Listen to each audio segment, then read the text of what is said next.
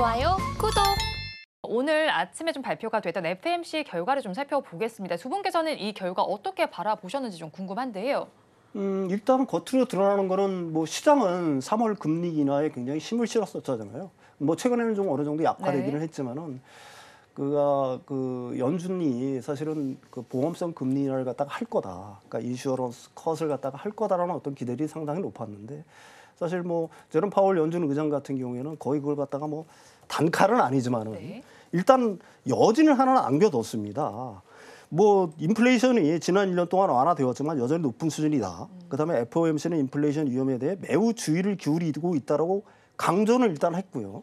그다음에 3월에 어떻게 보게 되면 금리 인하를 갖다가 안 할 거다라는 어떤 명시적인 어떤 그 의사 표현을 일단은 한 것으로 보이지만 마지막에 사실은 그래도 좀 두고 봐야 된다라는 어떤 뉘앙스의 어떤 말들을 했거든요.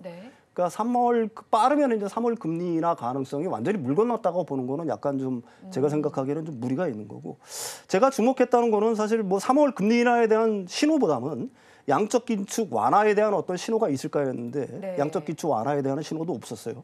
다만 우리가 보통 긴축 편향이라고 보통 얘기를 하죠. 앞으로 추가적으로 더 금리 인상할 수 있다는 어떤 문구 자체는 일단은 완전히 삭제를 했습니다.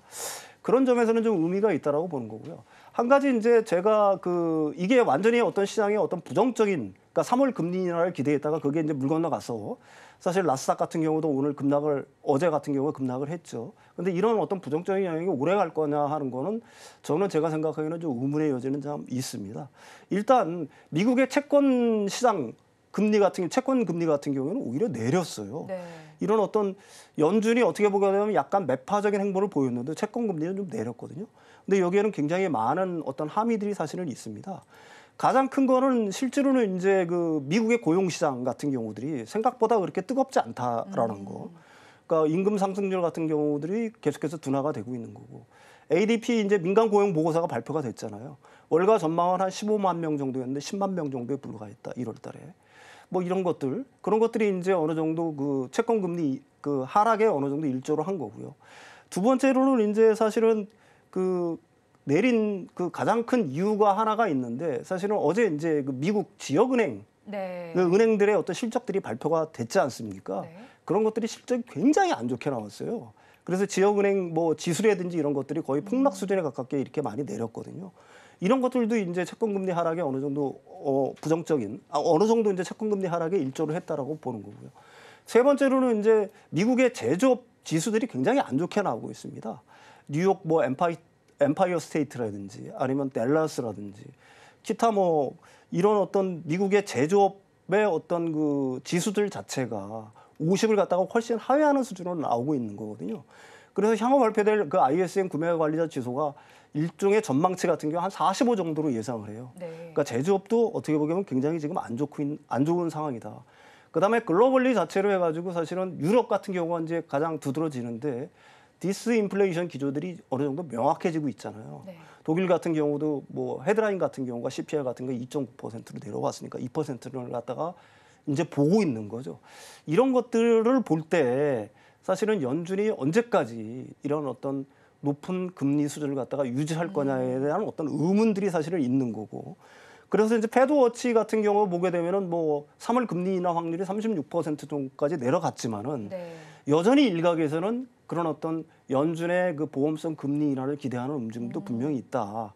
이런 어떤 지표들 어느 정도 뭐 미국의 성장률이라든지 이런 것들 같은 경우에는 겉으로 보기에는 굉장히 좋지만은 또 한편으로는 놓고 보게 되면 인플레이션 그 압력을 갖다가 상당히 둔화시킬 수 있는 이런 뉴스들도 굉장히 많다, 상대적으로. 그래서 그런 것들이 아마 오늘장부터 미국 시장에서 어느 정도 반영을 시작하지 않을까 이렇게 생각을 합니다. FOMC 결과와 함께 그리고 FOMC 결과에 영향을 미칠 만한 지표들까지 설명을 좀 전해주셨는데, 일단 시장 자체에서도 이번에 금리 동결을 예상을 하긴 했습니다. 이후에 금리를 인하 언제 할지를 굉장히 궁금했었는데 3월에 금리 인하 가능성 좀 일축한 상태라고 봐야 할까요? 언제쯤 그럼 인하하게 될까요? 거의 이제 0%로 지금 가는 부분들이 있고요. 지금 요번에 나온 것들로 우리가 이제 추측해 보면은 금리 인상에 대해서 시장에서 너무 과도한 기대가 있는 것은 사실인 거거든요. 그거는 제롬 파월이 나는 절대로 이것은 인정할 수 없다. 그러니까 지금 나와 있는 수정한 문구들을 보시면 이런 금리 3월 금리 인하가 굉장히 안 된다는 쪽으로 좀 가는데 왜 그러면 이렇게 3월 금리에 대해서 이 기대감이 높았냐면요. 12월 달에 개인 소비 지출 PCE의 지금 숫자가 2.9%가 나왔어요. 네. 그러면 2%보다 높기 때문에 안 된다고 생각을 하지만 3개월 연율로 가면요. 1.9%예요. 그러니까 2% 내려왔기 때문에 시장의 기대감이 굉장히 높았거든요. 그리고 지금 제롬 파월이 꿈에도 지금 이 참 싫어하는 게 뭐냐면 인플레이션의 재점화입니다. 네. 그래서 섣부르게 빠르게 풀었을 때 이것이 재점화될 수 있는 것은 자기가 막겠다. 이런 부분들 때문에 지금 가는 부분들이 있어서요. 여러분 잘 아시겠지만 4월 달에 FOMC 회의가 없습니다. 3월 달에 있고 그러는데 3월 달에 지금 할 수 있는 그런 토대를 만들어 놓지는 분명히 않은 것 같아요. 그러면 빨라야 5월 정도에 지금 가는 부분. 그래서 한 줄로 정리하면 미국 경기 회복세는 분명하지만 아직까지 너무 공격적인 인하는 아직 제 머릿속에는 없습니다. 이 말을 한 걸로 해서 시장을 조금 달래는 듯한 그런 모습으로 FOMC가 끝났고요. 아까 윤석철 평론가가 잘 얘기를 했지만 이게 갈라 그러면요. 하나의 신호가 있어요. 네. 양적 긴축 QT를 해야 돼요. 양적 긴축을 한다는 얘기 자체로도 금리는 인하가 되거든요. 그래서 그런 부분들까지 했으면 아직 단계별로 조금 남아있는 그러한 절차들이 있다고 보여집니다. 네, 그러면 한국은행의 반응도 좀 궁금합니다. 한국은행에서는 지금 이번 FOMC에 대해서 금리 인하에 신중하다라는 자세를 좀 보였고, 그리고 앞으로의 변동서 모니터링 할 것이라는 입장을 좀 내비치고 있는데, 네. 한국은행의 입장 좀 먼저 알아봐야겠죠. 일단은 우리가 금리 내릴 땐 선제적으로 했지만 금리를 올릴 때는 우리가 선제적으로 할 수 있는 부분들은 분명히 아닌 것 같아요. 네. 그래서 지금 수출에 관한 숫자들이 굉장히 좋게 나오고 있습니다만 그래도 아직까지 실적 부분, 기업의 실적 부분들은 쫓아오지 못하고 있는 부분들이 있거든요. 그래서 이번에는 분명히 먼저 선제적으로 금리 인하할 수 있는 룸은 굉장히 작다고 보여지기 때문에 이런 부분들을 우리가 금리 인하죠. 에 대해서는 조금 뒤따라가는 그래도 충분한 그런 여력들을 갖고 있다고 판단하는 것 같고요. 우리 금통위에서는 조금 더 뒤쫓아가는 모습들을 계속적으로 보이지 않겠냐 이렇게 보여집니다. 네, 그렇다면 한국은행의 피벗 시점이 좀 지금 궁금해지는 시점인데 물가 문제도 있고 부동산 PF 문제도 있는 만큼 언제쯤 좀 피벗 시점을 잡을 수 있을까요? 지금 환율이 너무 높잖아요. 네. 생각보다. 사실은 올해 들어서 미국의 이제 금리 인하 가능성이 높아지면서 환율이 좀 일시적으로 하락했다가 올해 들어서 이제 굉장히 높은 수준까지 지금 현재 와 있는 상태거든요. 그러니까 궁극적으로 이제 하늘이 금리를 사실 내리려고 한다면 환율 부담이 사실은 없어야 되는데 네. 환율이 굉장히 높은 상황인 거고요.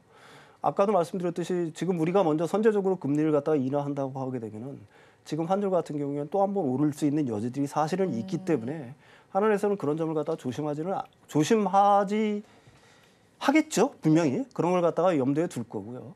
따라서 저는 최 대표님 의견하고는 거의 동의를 합니다. 결국은 이제 미국이 먼저 액션을 취해야지만 금리 인하의 어떤 신호를 준다든지 실제로 금리 인하를 했을 때 하는데 그런 여력이 어느 정도 생길 거고 그게 이제 그 시점을 갖다가 놓고 본다라고 하게 되면은 지금 이제 3월에 연준이 금리를 인하할 가능성 자체는 현재 상황에서는 굉장히 낮아졌지만 만약에 그래도 혹시나 3월에 금리를 한다라고 하게 되면은 그 이후에 이제 서서히 따라가지 않을까 이렇게 생각을 합니다. 그리고 이제 3월 달 말씀을 하시니까 그런데 네. 3월 달에 중국이 양회가 있어요. 3월 4일 날. 네. 그럼 거기 부양책들이 나오잖아요.